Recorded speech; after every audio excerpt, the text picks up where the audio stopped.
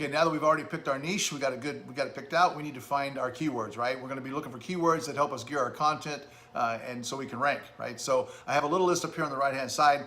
You can see here on the right, these are the best keywords for affiliate marketing. So take a screenshot of this, maybe write it down because these are in fact the best for affiliate marketing.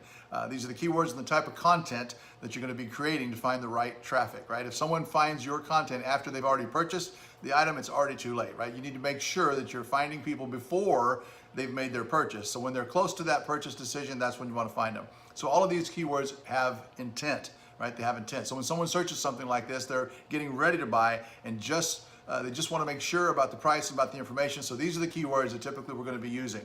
So once we have these in mind and we come over here to the site, here we can start looking through here and find out which ones of these are best for the specific niche, our niche, right? So as we come over here, we can already see cheap climbing shoes, and that's at a 43. That's just above 39. It's possible, right? And then we keep scrolling down here. We also see if there's any more there. We'll see if there's any more for us.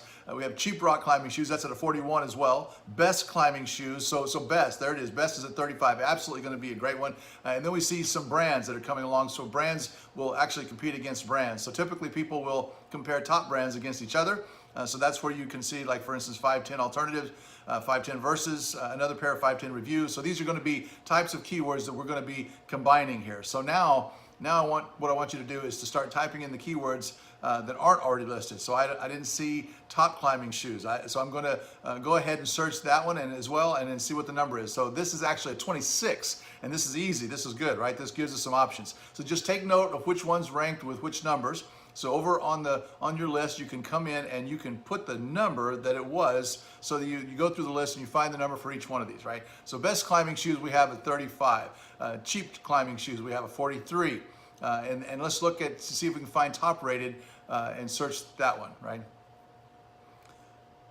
So what I did was I actually signed out on my free account, so you will actually see this pop up here, and all you have to do is just register now. It's really simple, right? Just put your email address in, and again, this is completely free. If you're not comfortable with this, you can just put in something like this, and it will go straight through, right? So you don't have to confirm anything or anything like that. It's just going to bring you to a couple of pop-ups, right?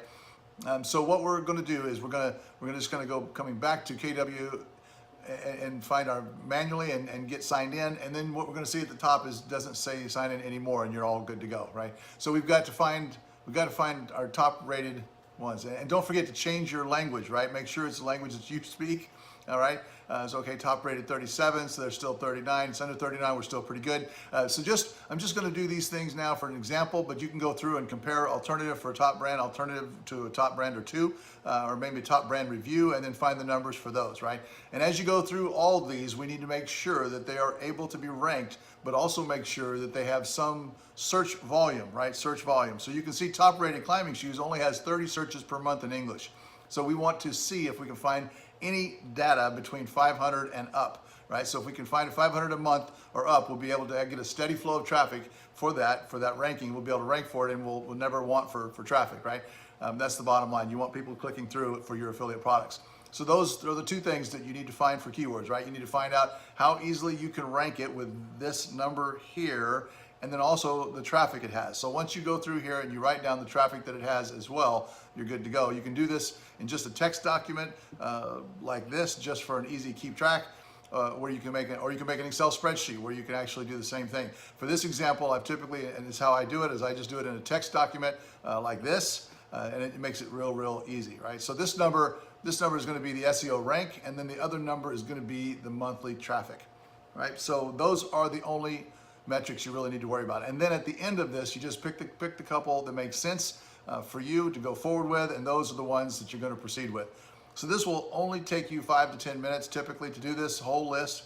But if you go through here and you find out that they're easy to rank, but none of these have search volume, then just go back to the very beginning and try a different niche, right? And then do it until you find a niche that is easy to rank and actually generally has search volume of over 500 searches per month.